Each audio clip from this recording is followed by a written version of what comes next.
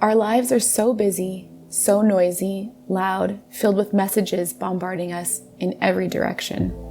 The world around us can be a distracting place. It can fill our minds and hearts with things that keep us from communion with God.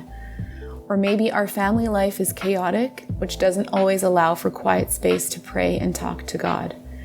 From the moment we open our eyes till when our heads hit the pillow, our minds and hearts can so easily become heavy. And this is when we often seek out solitude. Jesus knew all about this. We see it over and over again in the Gospels. Jesus would go somewhere to be alone, to pray and reconnect with God. Matthew 14:23 says, "And after he had dismissed the crowds, he went upon the mountain by himself to pray. When evening came, he was there alone." In Mark 6:31-32, because so many people were coming and going that they did not even have a chance to eat, Jesus said to his disciples, "Come with me, by yourselves to a quiet place and get some rest." So they went away by themselves in a boat to a solitary place. And again in Luke 6:12, "In these days Jesus went out to the mountain to pray, and all night he continued in prayer to God." This isn't new information for some of us. We love to model this. When our anxieties, stress, family life, social life all become too much, we disconnect and seek solitude. And this is good, necessary even. But solitude alone isn't enough. It is in the quietness of our heart that we make room for Jesus, that we make space for our Creator to speak to us. Not only did Jesus seek out physical silence, but he was seeking out silence of the heart. I love picturing Jesus out in nature, alone but not lonely, because he was surrounded in creation and was in communion with the Heavenly Father.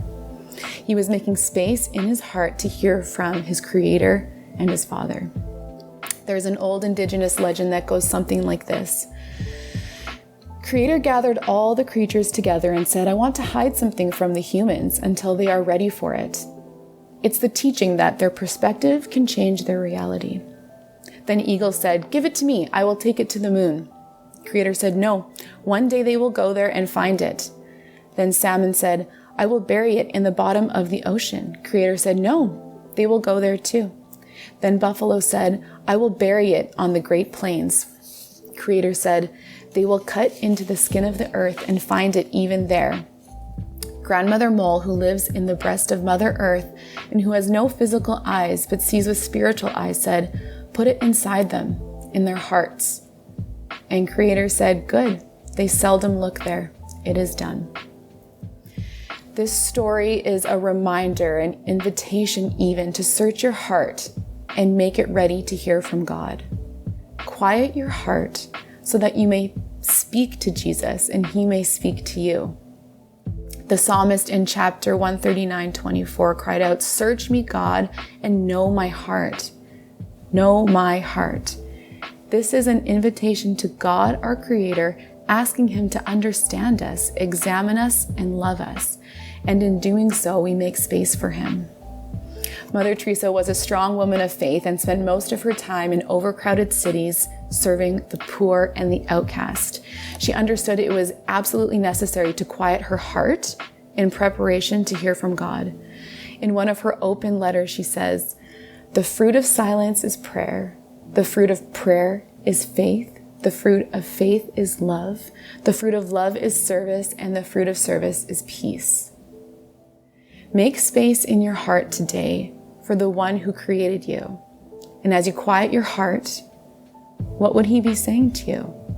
That you're loved, that you're worthy, and that he has a purpose for you. And as you go about your day, however loud your surroundings are, quiet your heart. For in the silence of the heart, God speaks.